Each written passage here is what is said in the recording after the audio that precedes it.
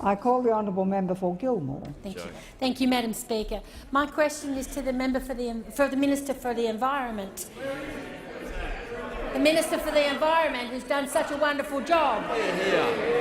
Will the Minister update the House on the benefits to jobs and business growth from scrapping the world's biggest carbon tax in Gilmore and Australia?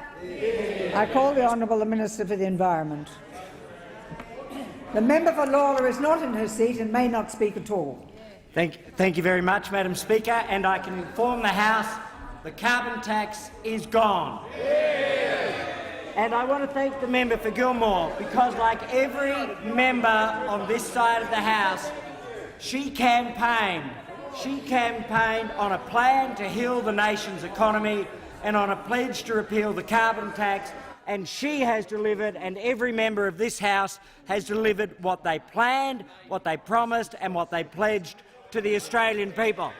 It's a lesson that the other side might take to heart, but it does mean immediate benefits for business. And what have we already heard from business today?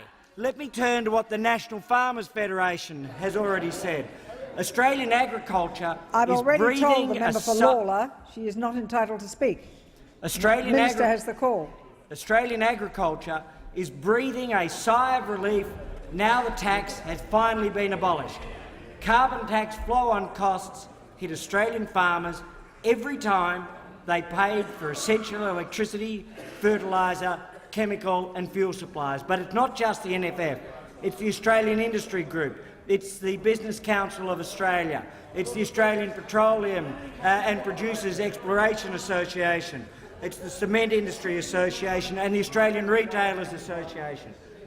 But it's not just business that benefits. Australian households are also going to benefit from the abolition of a tax which doesn't do the job. And of course that's the saddest part. As they know, it was a tax which singularly failed to reduce emissions. And what do we know for householders? Not just a $550 a year on average reduction, but already the electricity providers are making it clear that the cost of electricity will be reduced. Origin has said today that the electricity price will come down.